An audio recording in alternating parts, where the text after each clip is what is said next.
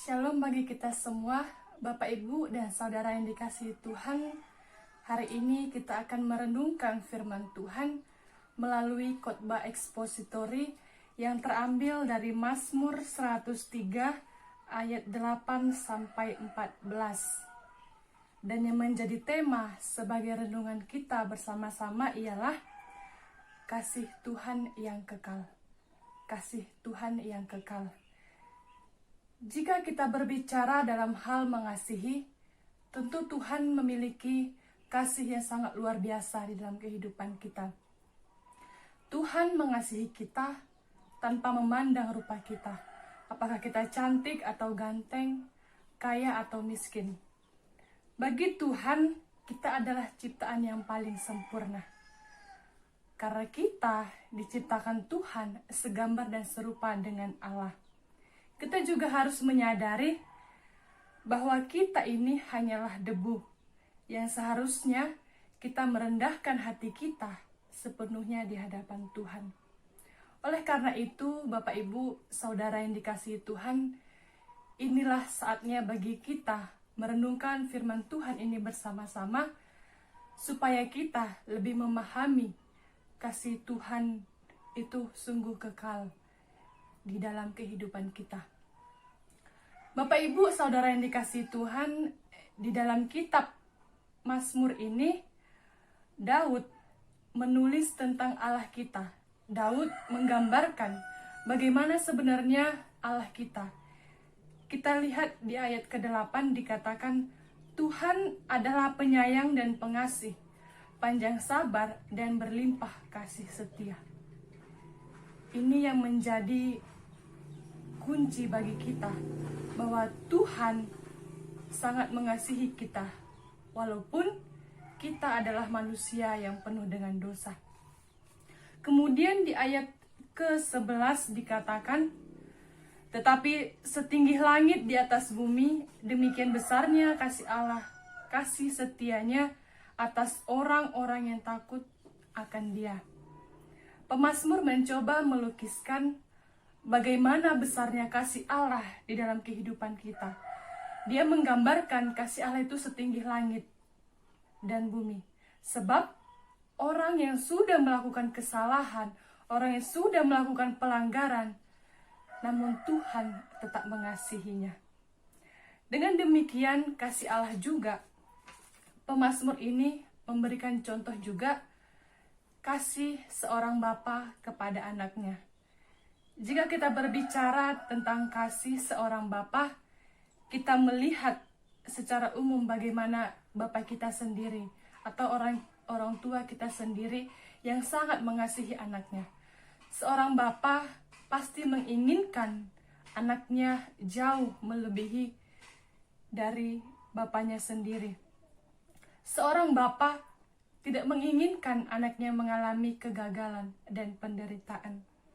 Seorang bapa juga menginginkan bahwa anaknya mampu meraih cita-cita yang diharapkan dan merasakan kebahagiaan di dalam dirinya. Inilah harapan seorang bapa kepada anaknya. Begitu juga dengan Tuhan. Tuhan juga sangat mengasihi kita. Apapun yang kita lakukan, penderitaan yang kita alami, Tuhan tetap ada bersama dengan kita. Tuhan tidak pernah membiarkan kita untuk menjalaninya, untuk melewatinya sendirian. Tetapi Tuhan selalu ada bersama dengan kita. Kemudian Bapak Ibu di ayat ke-14 dikatakan, sebab Dia sendiri tahu apa kita. Dia ingat bahwa kita ini debu. Di sini dia dikatakan bahwa menunjukkan Allah. Ini menunjukkan bahwa kita harus menyadari bahwa kita ini adalah debu. Tetapi sering sekali manusia lupa dia berasal dari mana. Sehingga membuat banyak kesombongan, banyak kecongkakan, dan bahkan melawan Tuhan. Sebagai Sang Pencipta kita, sebagai Sang Pemberi kehidupan kita. Kita lupa bahwa hidup ini adalah anugerah yang bukan milik kita. Tetapi hidup ini adalah milik Tuhan. Tuhan mengasihi manusia karena Tuhan tahu dan Tuhan mengingatkan kita bahwa kita ini hanyalah berasal dari debu. Yang dimana debu ini melambangkan kerendahan, kelemahan, dan bahkan kerapuhan. Maka perlu adanya perlindungan dan perlu adanya perhatian yang harus kita rasakan daripada Tuhan. Sama seperti halnya barang yang mudah rapuh dan yang mudah pecah. Jika kita berpergian menggunakan kereta ataupun mobil, kita pasti membedakan barang yang mudah rapuh dengan barang yang kuat. Sehingga barang yang mudah rapuh ini, ia memiliki tempat yang dikhususkan. Karena apa? Karena ketika digabungkan, dia akan mudah pecah dengan barang yang kuat tadi. Begitu halnya dengan kita, bahwa kita dikasihi Tuhan bukan karena kuat dan gagah kita, tetapi Tuhan memahami bahwa kita ini adalah makhluk yang rapuh, sehingga kita perlu perlindungan dan perhatian daripada Tuhan. Ini yang Tuhan inginkan kepada kita, bahwa kita harus menyadari bahwa kita ini adalah debu, dan kita juga perlu perlindungan daripada Tuhan. Kita tidak bisa hidup sendirian, kita tidak bisa hidup tanpa perlindungan dan kekuatan daripada Tuhan kita. Bapak, Ibu, Saudara yang dikasihi Tuhan, di dalam kitab Perjanjian Baru juga ada menjelaskan tentang kasih Tuhan seperti seorang bapa kepada anaknya. Yang terambil dari Lukas 11 ayat 13. Dikatakan, Yesus berkata, "Jika kamu yang jahat tahu memberi yang terbaik kepada anak-anakmu, apalagi Bapamu yang di sorga." Hal ini memiliki makna yang sama seperti dikatakan pemazmur tadi, yang dimana ungkapan si Daud tersebut itu adalah pengalaman dari dirinya sendiri, yang mana dia seorang bapa, dia sangat mengasihi anaknya. Begitu juga dengan Tuhan, Bapa kita yang di sorga. Tuhan juga sangat-sangat mengasihi kita. Tuhan sangat mencintai kita sebagai anak-anaknya. Begitu juga Bapak Ibu, Tuhan memiliki kasih agape, yang dimana artinya bahwa kasih yang dimiliki Tuhan ialah kasih yang rela berkorban. Tuhan rela mati di kayu salib untuk menebus segala dosa-dosa kita. Tuhan rela mati di kayu salib untuk menghapuskan segala pelanggaran yang telah kita perbuat di dunia ini. Dan Tuhan melakukannya dengan hati yang tulus dan ikhlas. Tuhan melakukannya sebagai seorang bapa yang sangat mengasihi anaknya. Tuhan juga tidak meminta imbalan yang besar kepada kita. Tuhan hanya menginginkan iman kita sepenuhnya kita berikan kepada Tuhan. Sebagai umat Kristen, kita dituntut untuk memiliki iman percaya kepada Tuhan. Kita mengasihi Tuhan, kita memberikan hidup kita seluruhnya di hadapan Tuhan. Dan kita mengasihi Tuhan bukan hanya mengasihi sebagai Allah kita saja, tapi kita mengasihinya dengan segenap hati kita, dengan segenap kekuatan kita, dan bahkan dengan segenap akal budi kita. Jadi kita mengasihinya dengan sepenuhnya, dengan seluruh kehidupan kita, tanpa terkecuali. Kemudian Bapak Ibu, di kitab Lukas pasal 15 di ayat 11 sampai 32 juga ada menjelaskan tentang perumpamaan anak yang hilang, yang dimana saat itu si anak bungsunya hilang itu bisa kembali lagi kepada bapaknya, dan bapaknya menyambutnya dengan bahagia, Dan bahkan bapaknya tersebut memberikan pesta yang sangat luar biasa di dalam rumahnya. Karena anaknya yang sudah hilang bisa datang kembali ke dalam rumahnya dan mereka bisa berkumpul bersama-sama kembali. Kita pun seperti anak yang hilang tersebut. Jika kita jauh daripada Tuhan, sesungguhnya Tuhan sangat merindukan kita. Tuhan sangat menginginkan kita bisa kembali kepada Tuhan. Jika kita kembali kepada Tuhan, pasti Tuhan akan menyambut kita dengan sangat luar biasa. Dengan pertobatan yang kita alami, Tuhan akan menerima kita sepenuhnya. Dan Tuhan akan menerima kita dengan penuh sukacita. Dan bahkan seisi surga pun juga akan bersukacita menyambut pertobatan kita, menyambut kedatangan kita kepada Tuhan. Karena itu, Bapak Ibu, janganlah kita mendukakan hati Tuhan. Janganlah kita menyedihkan hati Tuhan. Karena kita ini adalah anak-anak yang paling dikasihi Tuhan.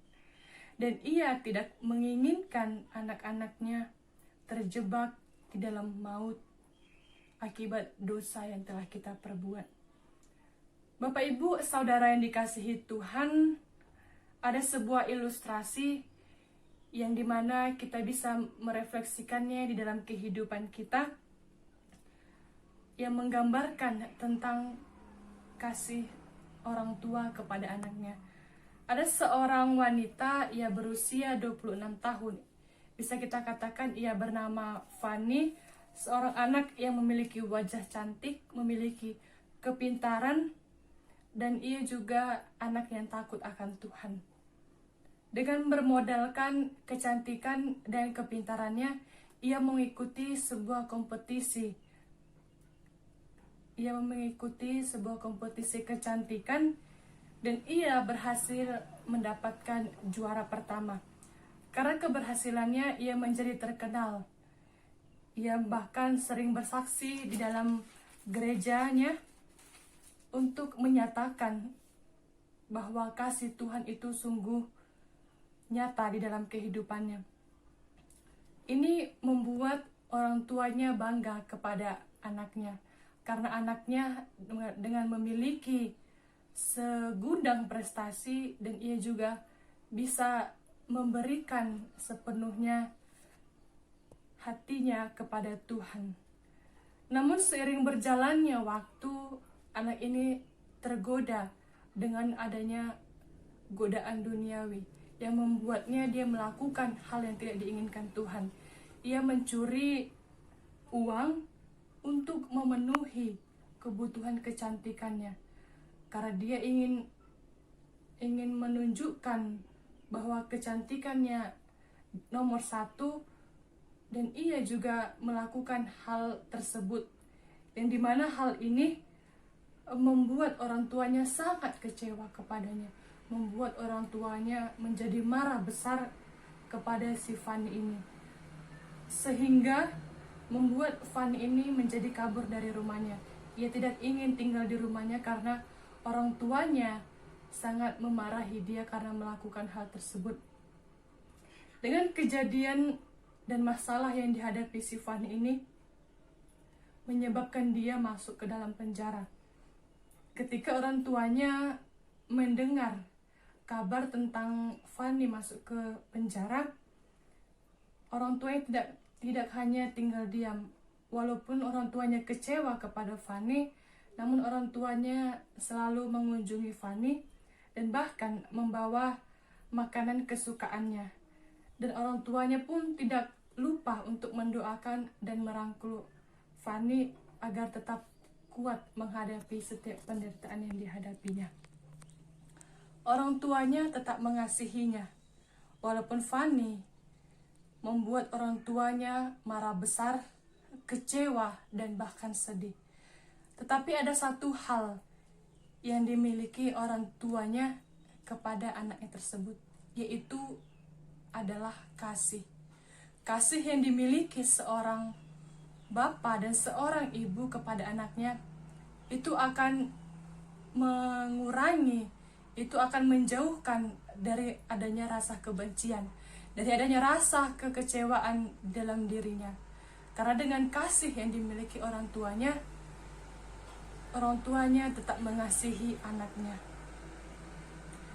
Dan dengan keadaan yang dialami, Fanny ini membuat hatinya luluh dan ia meminta maaf kepada orang tuanya dan terlebih kepada Tuhan untuk tidak mengulangi kesalahan yang sama. Bapak Ibu yang dikasihi Tuhan, apa yang bisa kita ambil dari ilustrasi ini?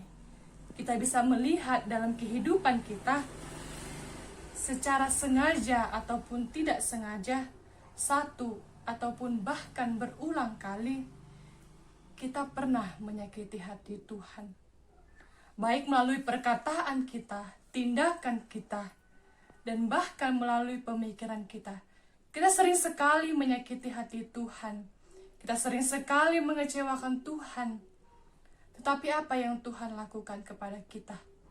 Tuhan tetap mengasihi kita sebagai anak-anaknya. Menyakiti hati Tuhan itu sama halnya kita berbuat dosa. Bagi Tuhan, dosa itu tidak ada dosa besar dan dosa kecil. Bahkan dosa yang hitam ataupun dosa putih. Karena yang namanya dosa itu adalah tetap dosa. Dan Tuhan membenci hal itu. Tuhan sangat membenci yang namanya dosa. Walaupun Tuhan membenci dosa, tetapi Ia tidak pernah membenci diri kita. Tuhan tidak pernah meninggalkan kita, sekalipun kita memiliki dosa yang sangat banyak. Tuhan tetap mengasihi kita. Ia tidak ingin hidup kita terus di dalam dosa, hidup kita terus dikuasai oleh dosa. Tetapi Tuhan menginginkan bahwa hidup kita haruslah hidup di dalam kasih Tuhan. Bapak Ibu, saudara yang dikasihi Tuhan, jika kita melihat situasi pandemik saat ini yang kita alami sekarang ini, kita melihat bahwa banyak manusia, banyak dari antara kita yang bahkan menjauh daripada kasih Tuhan. Kita seringkali menjauh daripada Tuhan dengan segala pencobaan, dengan segala penderitaan yang kita alami. Kita bahkan menjauhi Tuhan. Tetapi apa yang Tuhan lakukan dalam hidup kita? Tuhan tetap mendekatkan dirinya kepada kita. Tuhan tetap mengasihi kita. Dan Tuhan tetap ada bersama-sama dengan kita. Itulah seharusnya yang kita lakukan. Jika Tuhan mendekatkan dirinya kepada kita, kita pun harus demikian. Kita juga harus memberikan diri kita di hadapan Tuhan. Dan kita harus meminta kekuatan daripada Tuhan agar kita mampu melewati setiap penderitaan yang kita alami saat ini. Oleh karena itu, Bapak, Ibu, dan Saudara, kita harus sadar bahwa kita memiliki Tuhan yang sangat luar biasa kasih setianya. Tuhan mengasihi kita dengan sepenuh hatinya. Tuhan ada bersama-sama dengan kita. Dan yakinlah bahwa Tuhan sudah memberikan rancangan yang sangat luar biasa di dalam kehidupan kita. Dan tugas kita adalah kita menantikan janji Tuhan, kita menantikan kuasa Tuhan nyata dalam kehidupan kita. Namun, kita tidak hanya menantikan saja, kita juga harus semakin mendekatkan diri kita kepada Tuhan. Supaya kasih Tuhan lebih nyata di dalam kehidupan kita. Bapak, Ibu, Saudara yang dikasihi Tuhan, melalui firman Tuhan kita hari ini, kita ditegur dan diingatkan kembali dari pemazmur ini bahwa kasih manusia bagi sesamanya bisa berubah kapan saja. Namun, perlu kita ketahui bahwa kasih Tuhan kepada kita itu bersifat kekal. Dengan adanya kasih Tuhan yang kekal, hidup kita akan terpelihara di dalam Tuhan. Tuhan akan membimbing kita. Tuhan akan mengarahkan hidup kita kepada hidup yang lebih benar, hidup yang sesuai dengan kehendak Tuhan. Oleh karena itu, Bapak Ibu, kasih Tuhan akan diberikan kepada orang-orang yang takut akan Dia. Orang-orang yang berpegang pada setiap janji Tuhan, serta melakukan perintah daripada Tuhan. Allah itu adalah Maha Kasih, dan kasih-Nya kekal sampai selama-lamanya. Untuk itu, kita sebagai anak-anak Tuhan, kita harus hidup di dalam kasih dan menghidupi kasih di dalam pemikiran kita, di dalam perkataan kita, dan bahkan di dalam perbuatan kita, di dalam kehidupan kita sehari-hari. Marilah kita Bapak Ibu dan Saudara yang dikasihi Tuhan, kita menjalani hidup ini dengan tetap senantiasa di dalam kasih Tuhan, di dalam jalan Tuhan. Kita saling mengasihi sesama kita manusia, dan marilah kita tetap meminta perlindungan daripada Tuhan, agar hidup kita hidup di dalam kasih Tuhan yang kekal. Tuhan Yesus memberkati firman-Nya. Amin.